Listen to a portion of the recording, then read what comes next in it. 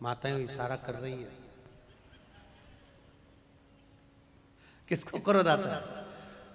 आप बोलेंगे पति को पति बोलता है पत्नी को, पर ईमानदारी की बात बताएं ना माताओं, पतियों के भीतर इतना क्रोध नहीं रहता, शांत प्रवृत्ति के रहते हैं।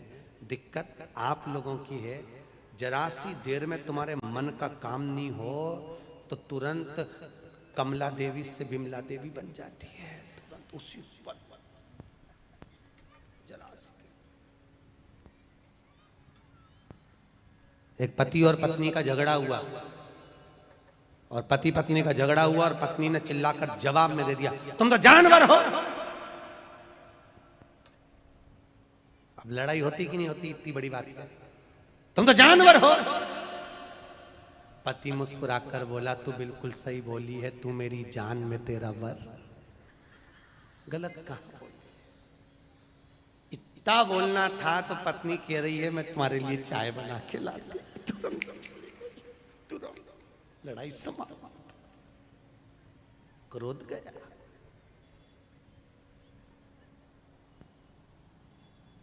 क्रोध समाप्त। आज हम उनके यहाँ गए थे, क्या नाम उनका, नाना भाई के यहाँ, पानी वालों के यहाँ, तो उनके यहाँ वो वकील साहब मिले थे।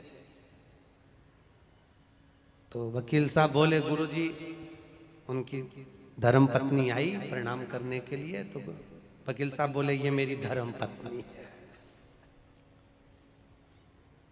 हमने कहा कथा का असर हो गया पूरा। तो हमने कहा धर्म पत्नी क्यों? क्योंकि गुरुजी पहले दिन कथा से बोल रही थी कथा में चलो, कथा में चलो, और मुझे दूसरे दिन से कथा में लेकर आई है। और आप कहते हो जो अपने पति को कथा में लेकर आ जाए वो धर्म पत्नी कहलाती है। हमने कहा बिल्कुल सत्य है, गलत नहीं है, बिल्कुल सत्य। धर्म के पथ पर चलना सिखाइए महाराज, धर्म के धर्म के।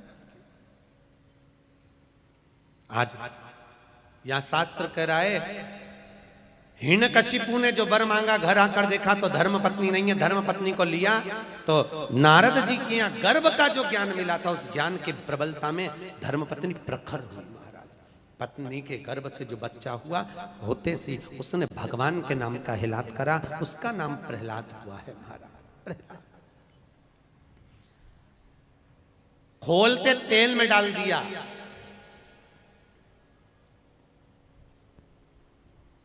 पर्वत पे से नीचे फिगवा दिया, समुद्र के अंदर डलवा दिया, तो भी प्रहलाद नहीं मरा। आखिरी में हिरण्यकशिपु ने अपनी बहन को बुलवाया। क्या नाम था उसकी बहन का? जम के बोलो जरा। होलिका। कौन से महाराज ने बताया कि हिरण्यकशिपु की बहन का नाम होलिका था? क्या नाम था? डूंडा। हिरण्यकशिपु की बहन का नाम था डूंडा। कौन थी ये प्रहलाद की? हिरण्यकशिपु की बहन, प्रहलाद की बुआ। आप में से कितनी बुआ बैठी है? बुआ कितनी है? सब बुआ हो ना? अरे बोलो तो, हो सब बुआ? तो बुआ ऐसी होती है कि अपने भतीजे को आग लगा दे? अरे बोलो तो, होती है ऐसी? नहीं। प्रहलाद को गोदी में लेकर डूंडा बैठ गई, उसके पास ब्रह्मा जी की दी हुई एक चादर थी। हिरण्यकशिपु ने कहा इसको ओढ़ कर बैठ जाना, तू जलेगी नहीं, तेरा भतीजा जल जाएगा। डूंडा चादर ओढ़ कर बैठी, प्रहलाद को गोदी में रखा, चारों तरफ से जब आग लगी डूंडा को लगा मेरा भतीजा जल जाएगा। डूंडा ने अपनी चादर उतार कर अपने भतीजे पे डाल दी, डूंडा खुद जल गई, अपने भतीजे को बचा लिया। ऐसी होती है बुआ जो देती है दुआ, बुआ कभी बद्दुआ नहीं देती महाराज। अगर उस दिन बुआ प्रहलाद को जला देती तो उसके बाद दुनिया में कोई भतीजा अपनी बुआ को नहीं पूछता। पर आज भी शादी में, ब्याह में, फंक्शन में सबसे पहले बुआ जी को बुलाया जाता है। आओ। बुआ को इसलिए बुलाते हैं क्योंकि उनने भतीजे की रक्षा करी थी। वो राक्षस कुल में जन्मी थी, राक्षस की बहन थी, पर मरते मरते अच्छा काम करके भगवान की होली, इसलिए हमारे यहां मनाई होली। परवारे करमाला वालों तुमने तो उसका नाम ही धर दिया होली। अच्छा काम करके भगवान की होली, इसलिए हमारे यहां होली का त्योहार मनाया। नाम था ढूंढा, इसलिए आज भी होली में मोटे मोटे लक्कड़ ढूंढ जलाए जाते हैं। पतली लकड़ियां नहीं, मोटे लक्कड़, मोटे ढूंढ जली। अंतिम प्रहलाद से पूछा ये ज्ञान इसको आया कहां से? गुरु जी से पूछा इसको ज्ञान कहां से है? तो ये गर्भ का ज्ञान है। गर्भ का ज्ञान कोई साधारण है क्या? गर्भित ज्ञान। प्रथम ज्ञान होता है गर्भ का ज्ञान। माता कहती हैं गर्भवती नारी को भजन करना चाहिए। कथा सुन, हम एक बार पंढरपुर में कथा करने आए थे, लगभग 17-18 साल पहले की बात होगी। कथा करने के लिए आए थे, माहेश्वरी भवन में कथा थी। अभी उस दिन हम लोग गए थे तो हम माहेश्वरी भवन में ठहरे थे महाराज। माहेश्वरी भवन में कथा थी, माहेश्वरी समाज ने कराई थी, सोमानी संगमनेर के उन्होंने कराई थी। कथा में एक बहू आकर बैठी, उसने कहा गुरु जी कल आप हमारे यहाँ आना। जैसे कई लोग कहते हैं ना हमारे यहाँ पधार जो, आज हम एक दो जगह गए तो आप हमारे यहाँ पधारना। हमने कहा ठीक है आएंगे दीदी, जरूर आएंगे। हम गए उनके यहाँ गए, उसने सेब कतर के रखे थे, काट के रखे थे। उनका एक लड़का था 12 साल का, वो सेब उठा के ले गया। उसने ड्राई फ्रूट्स ला कर रखे, काजू बादाम पिस्ता, वो पूरी की पूरी प्लेट लेके भाग गया। थोड़ी देर बाद उसकी माँ ने चांदी के गिलास में दूध भरकर रखा, वो गरम की गरम दूध ले जाकर गटर गटर पी गया। हमारे सामने आता और वो उठा के भाग जाता। हमने पूछा दीदी बोली गुरुजी आपका अपमान हो गया, मेरे लड़के ने सब खा गया, तुम्हारा अपमान हो गया। मैं तुम्हारे लिए ला रही थी और उठा के। हमने कहा जान दे अपमान तो चूल्हा में, पहले ये बता कि ये हुआ कैसे, ये बता ये कैसे, वो तो जान दे अपमान तो हुआ। गुरुजी जैसे आप कथा करने आए ना, ऐसे ही जब ये मेरे गर्भ में था तब यहाँ राम कथा चल रही थी। मैंने पंडित जी से पूछा था गुरुजी से, गुरुजी मेरे गर्भ में बच्चा है तो मैं कौन सी कथा पढ़ूं जिससे मेरा बच्चा अच्छा हो? राम कथा वाले महाराज ने कहा था सुंदर कांड पढ़।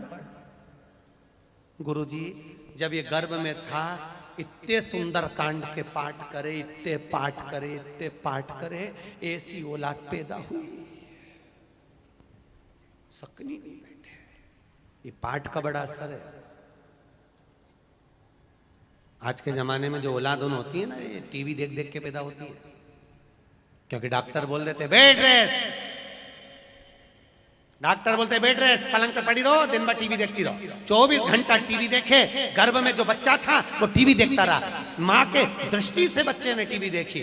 अब बच्चा जन्म लिया तो दिन भर, क्योंकि वो टीवी में नाटक देख, नाटक में ऐसा कोई नाटक ही नहीं जिसमें कहीं का हंसता दिखे। पूरे नाटकों में देख लो कहीं ना कहीं की 24 घंटे रोती ही मिले। नाटकों में, सीरियलों में रोए, वो नाटक देख के औलाद पैदा हुई। अब घर की बूढ़ी बूढ़ी माताएं कह देती है, कहने में चुकती थोड़ी ना माताएं, तुरंत बोलती भैया हमारी भी 5-5 औलाद थी, हमारी भी 4-4 औलाद थी, खिला दो पटक दो, खेलती रहे। और हमारी बहू ने ऐसी औलाद पैदा करी, एक करी वो भी ऐसी करी, दिन भर पे करे, दिन भर रोए, दिन भर। माए के कहने में कोई चूकता नहीं, तुरंत बोल देते। अब प्रहलाद गर्भित ज्ञान इतना प्रबल था। हिरण्यकशिपु ने पूछा क्या इस खंबे में तेरा भगवान है? हाँ खंबे में। खंबे पर गदा का प्रहार करा, टूट कर नीचे गिरा। नरसिंह भगवान प्रकट हो गए। नरसिंह भगवान प्रकट हुए और पहुंचकर हिरण्यकशिपु को पकड़कर ले जाकर देहली पर बैठकर न अंदर मरे न बाहर, देहली पर मारा, न नीचे न ऊपर, जंघा पर मारा, न अस्त्र से न शस्त्र से, नख से फाड़ा, न दिन में न रात में, शाम के समय मारा, न नर से न पशु से, नरसिंह बनकर मारा, और न 12 महीने में मरे, इसलिए एक अधिक कर अधिक मास में मारा। कौन से महीने में? अधिक मास।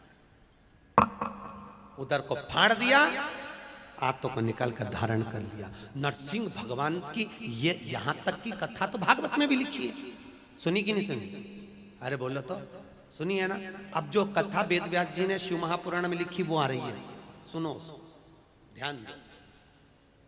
नरसिंह भगवान का क्रोध बढ़ता गया, बढ़ता गया, बढ़ता गया। इतना क्रोध, इतना क्रोध, इतना क्रोध, क्रोध बढ़ता गया, इतना क्रोध बढ़ा। नरसिंह भगवान इंद्र लोक में गए तो इंद्र का सिंहासन तोड़ दिया, ब्रह्मदेव क्या गए तो पुष्प तोड़ दिया। जहां जाते नरसिंह भगवान कुछ तोड़ फोड़ करके आते। लक्ष्मी जी भगवान शंकर के पास आई। लक्ष्मी जी ने विनती करी, नाथ मेरे पति को क्रोध आ रहा है, इनके क्रोध को शांत करिए, बहुत क्रोध है, शांत करो, थोड़ा क्रोध शांत करिए। शंकर भगवान मौन आनंद में विराजमान थे, स्मरण में डूबे हुए थे, भजन चित्त आनंद में कर रहे थे। आपको पहले भी कथा में कहा, राम शंकर का भजन करते हैं और शंकर राम का भजन, हरि विठ्ठल शंकर का भजन करते हैं, शंकर पांडुरंगा का भजन करते हैं। भजन डूबे।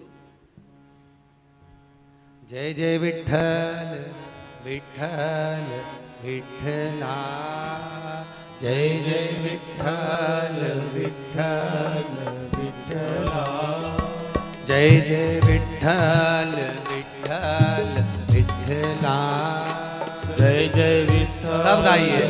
विठ्ठल विठ्ठला, जय जय विठ्ठल विठ्ठल विठ्ठला, जय जय विठ्ठल विठ्ठल विठ्ठला, माझा विठ्ठल पांडुरंगा, माझा विठ्ठल पांडुरंगा, माझा विठ्ठल पांडुरंगा, माझा विठ्ठल पांडुरंगा, जय जय विठ्ठल विठ्ठल विठ्ठला, जय जय विठ्ठल ताली से बात, दोनों हाथों से। विठ्ठला, जय जय विठ्ठल विठ्ठल विठ्ठला, जय जय विठ्ठल विठ्ठल विठ्ठला, माझा विठ्ठल पांडुरंगा, माझा विठ्ठल पांडुरंगा, माझा विठ्ठल पांडुरंगा, माझा विठ्ठल पांडुरंगा, जय हो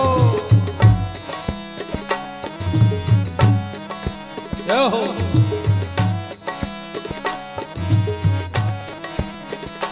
जय जय विठ्ठल विठ्ठल विठ्ठला, जय जय विठ्ठल विठ्ठल विठ्ठला, जय जय विठ्ठल विठ्ठल विठ्ठला, जय जय विठ्ठल विठ्ठल विठ्ठला, माझा विठ्ठल पांडुरंगा, माझा विठ्ठल पांडुरंगा, माझा विठ्ठल पांडुरंगा, माझा विठ्ठल पांडुरंगा, जय जय विठ्ठल विठ्ठल विठ्ठला, जय जय विठ्ठल विठ्ठल विठ्ठला, जय जय विठ्ठल विठ्ठल विठ्ठला, जय जय विठ्ठल विठ्ठल विठ्ठला, जय जय विठ्ठल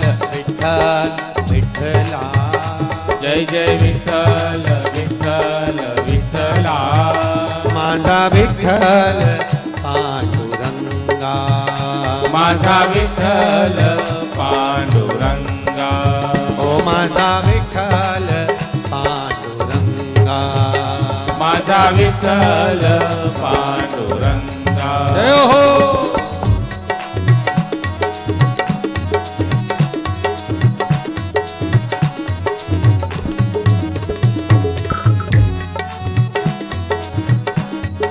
बड़े आनंद में दोनों हाथों। जय जय विठ्ठल विठ्ठल विठ्ठला, जय जय विठ्ठल विठ्ठल विठ्ठला, जय जय विठ्ठल विठ्ठल विठ्ठला, जय जय विठ्ठल विठ्ठल विठ्ठला, माझा विठ्ठल पांडुरंगा, माझा विठ्ठल पांडुरंगा, माझा विठ्ठल पांडुरंगा, माझा विठ्ठल पांडुरंगा, हो माझा विठ्ठल पांडुरंगा, माझा विठ्ठल पांडुरंगा। बोल पंढरीनाथ भगवान की हर हर महा। भगवान भूत भावन भूतेश्वर शिव से विनती करी, शंकर भगवान की भक्ति में डूबे हुए थे महाराज। लक्ष्मी जी ने विनती करी, नाथ कृपा करो, थोड़ी सी दया करिए। भगवान ने पूछा क्या? मेरे पति को क्रोध आ रहा है, उनका क्रोध शांत कर दीजिए। शंकर भगवान ने सारे देवताओं को बुलाकर कहा, नरसिंह अवतार कोई साधारण सा अवतार नहीं है जिसका क्रोध शांत कर दिया। तो फिर क्या करा जाए? शंकर भगवान बोले, मैं शरम्भ पक्षी का रूप धारण करूंगा। कौन सा पक्षी? शरम्भ, गिद्ध जैसा एक पक्षी होता है जिसका नाम है शरम्भ। शरम्भ पक्षी, गरुण जैसा स्वर। पक्षी तीर्थ गए हो? अरे बोलो तो, पक्षी तीर्थ गए हो कभी? हैं? कोई गया? नहीं गए? कभी मौका लगे तो जरूर जाना। चेन्नई से 82 किलोमीटर की दूरी पर है पक्षी तीर्थ, जहां पर सुबह ब्रह्म मुहूर्त में 56 तरह का भोजन लगाया जाता है। और गरुण जी महाराज आज भी उस भोजन को करने के लिए आते हैं। लाखों जनता प्रतिदिन गरुण जी का दर्शन करने के लिए पक्षी तीर्थ जाती है। कभी मौका लगे तो जाकर देखना, मगर केवल गरुड़ पक्षी ही मिलेगा आपको। वो पक्षी तीर्थ में आते हैं, भोजन करते हैं, चांदी की थाली में उनके लिए भोजन लगता है और उड़कर चले जाते हैं। कहाँ जाते हैं? फिर सवेरे ब्रह्म मुहूर्त में दूसरे दिन ही आते हैं, दिखते ही नहीं पक्षी। शरम्भ पक्षी का रूप रखा भगवान ने। और शरम्भ पक्षी का रूप भगवान शंकर करें, ऐसे नहीं रख सकता। सारे देवता मिलकर मेरे को सपोर्ट करो, मेरे पक्ष में। और मैं शरम्भ पक्षी का रूप रखूंगा, उड़ते हुए जाऊंगा, नरसिंह भगवान को पंजे से उठाऊंगा और ले जाकर अलखनंदा नदी में पटकूंगा। नरसिंह भगवान को भगवान शंकर ने उठाया शरम्भ पक्षी का रूप धारण कर कर। शिव जी का एक नाम बनने जा रहा है शरम्भेश्वर महादेव। कौन से महादेव हैं? शरम्भेश्वर। शरम्भ पक्षी का रूप रखकर नरसिंह भगवान को उठाकर ले जाकर अलखनंदा नदी में, बद्री का नाथ में, बद्री विशाल के पास जो अलखनंदा बहती है उसमें ले जाकर डाला। डालते से शंकर भगवान के डालने से भगवान नरसिंह का क्रोध